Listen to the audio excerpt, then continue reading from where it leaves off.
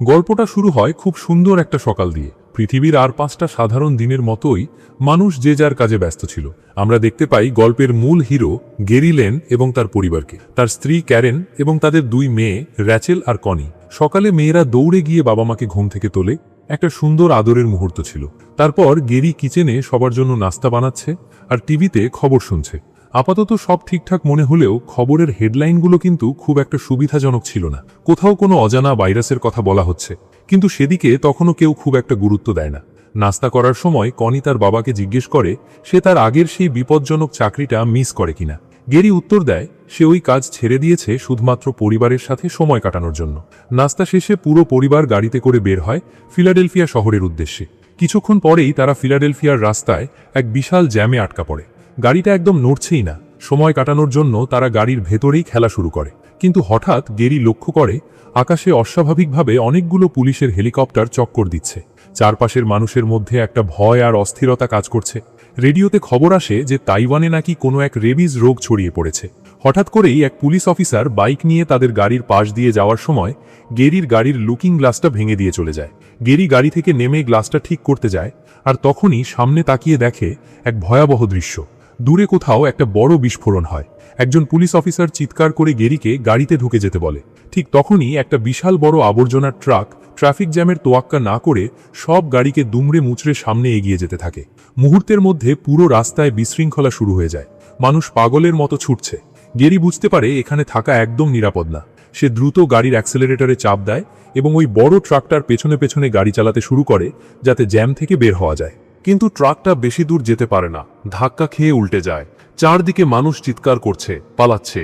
গেরি কোনো মতে গাড়ি চালায়, কিন্তু হঠাৎ আরেকটা গাড়ির সাথে তাদের ধাক্কা লাগে। গাড়ি অকেজো হয়ে যায়।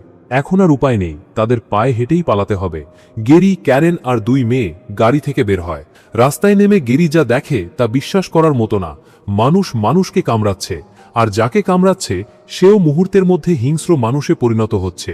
গেরি ভালো করে খেয়াল করে একজন মানুষকে কামড়ানোর পর মাত্র 12 সেকেন্ডেই সেই লোকটা জম্বিতে পরিণত হয়ে গেল। মানে ভাইরাসটা শরীরে ঢোকার মাত্র 12 সেকেন্ডের মধ্যে মানুষ জম্বি হয়ে যাচ্ছে। গেরি তার পরিবারকে নিয়ে একটা পরিত্যক্ত আরভি ভ্যানে উঠে পড়ে, কিন্তু বিপদ পিছু ছাড়ে না। একটা জম্বি তাদের জানলায় আক্রমণ করে। ক্যারেন তাকে লাথি মেরে ফেলে দেয়। গেরি কোনো মতে ভ্যানটা স্টার্ট দেয় এবং রাস্তায় থাকা অন্য গাড়িগুলোকে ধাক্কা মেরে সেখান থেকে বেরিয়ে আসে। পুরো শহর তখন জম্বিদের দখলে। শহর থেকে একটু দূরে এসে তারা গাড়ি থামায়, কারণ র্যাচেলির হাঁপানি বা অ্যাজমার সমস্যা শুরু হয়। তার ইনহেলার দরকার, কিন্তু সেটা তারা আগের গাড়িতে ফেলে এসেছে।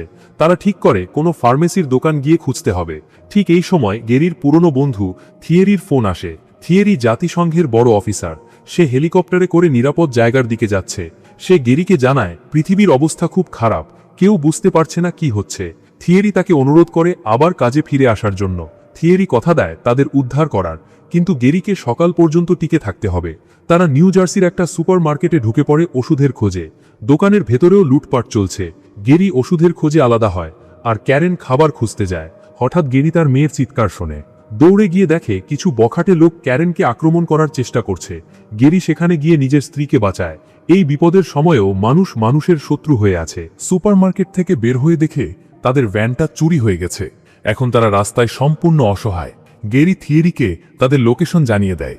তাদের এখন উঁচু কোনো বিল্ডিংয়ের ছাদে যেতে হবে, যেখান থেকে হেলিকপ্টার তাদের উদ্ধার করতে পারবে।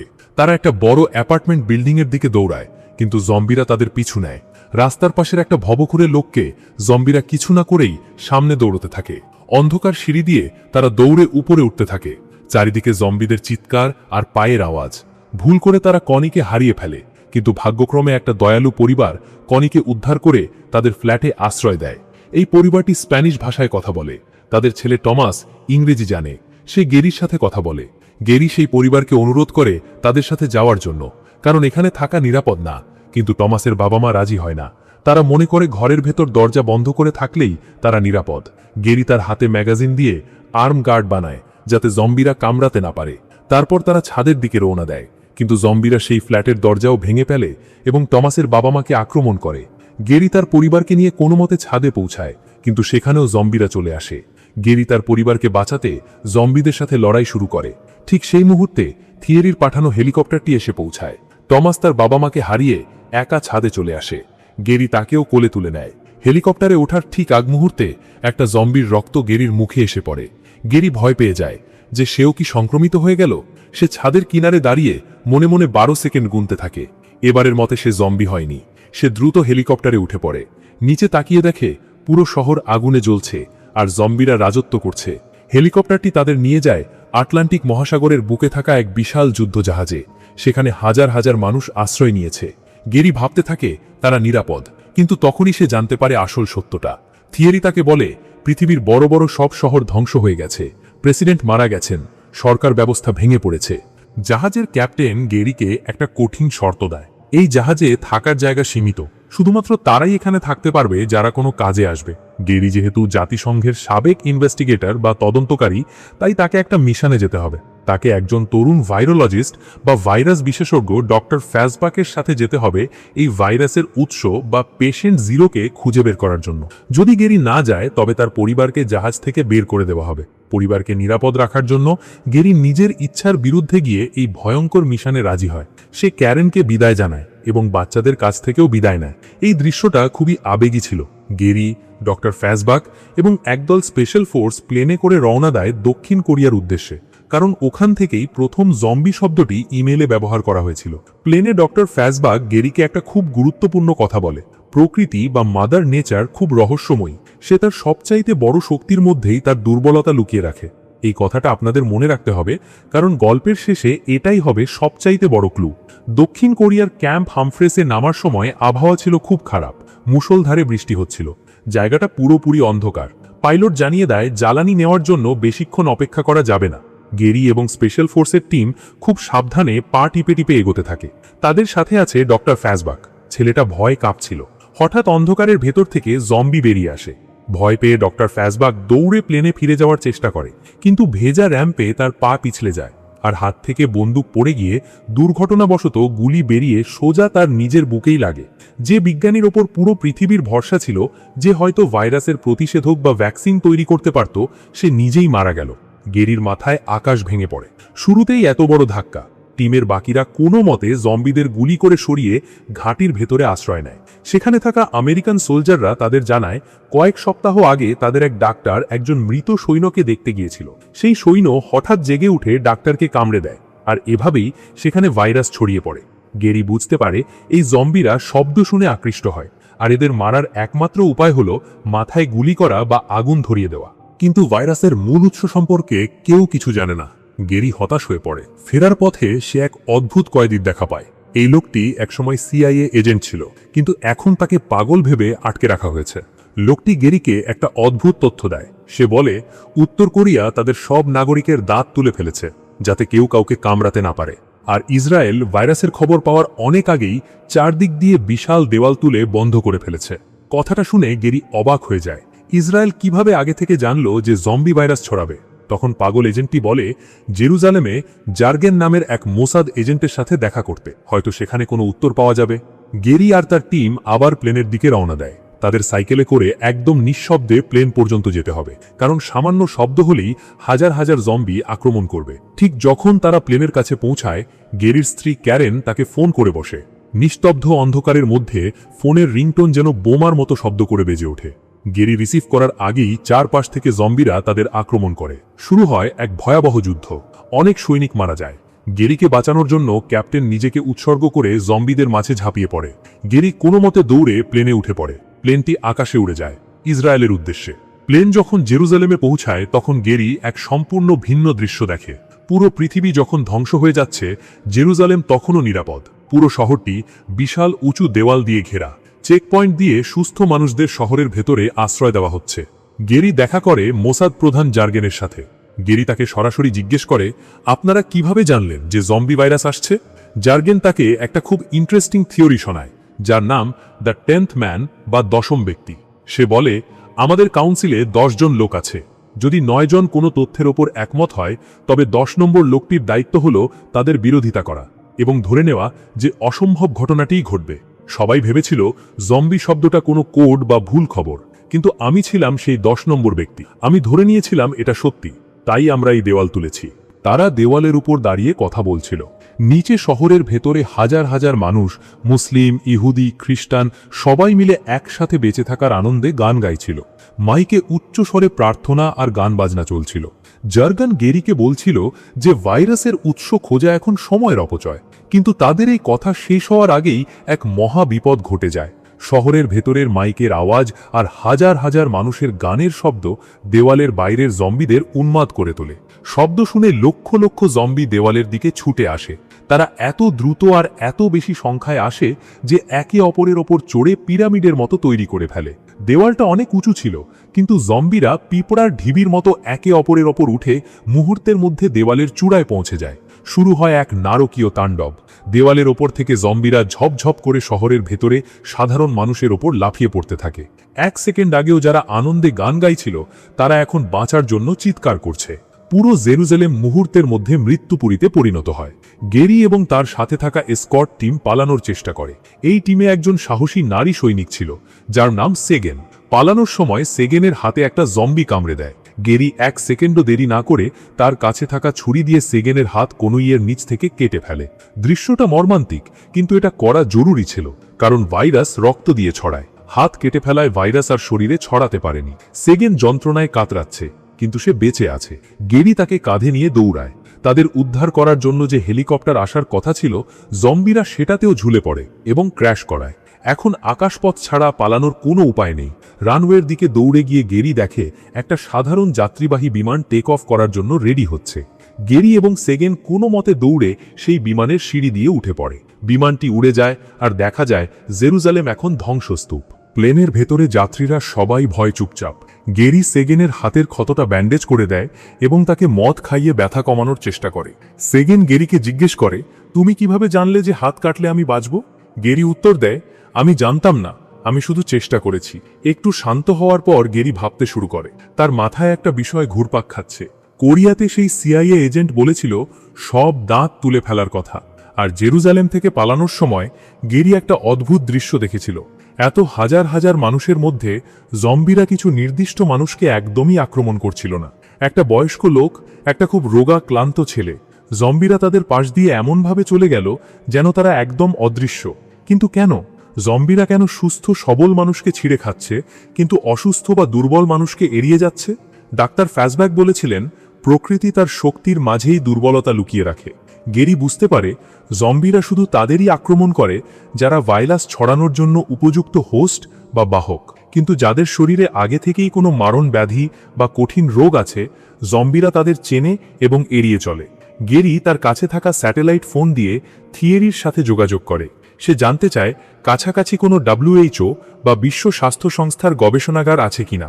থিয়েরি জানায় ওয়েলসে একটা সেন্টার আছে। গেরি পাইলটকে অনুরোধ করে প্লেনটা ওয়েলসের দিকে ঘুরিয়ে নিতে, কিন্তু তাদের কপাল খারাপ। প্লেনের কার্গো বা মালামাল রাখার অংশে একজন জম্বি লুকিয়েছিল। হঠাৎ প্লেনের পেছনের দিকে একটা কুকুর ডাকতে শুরু করে।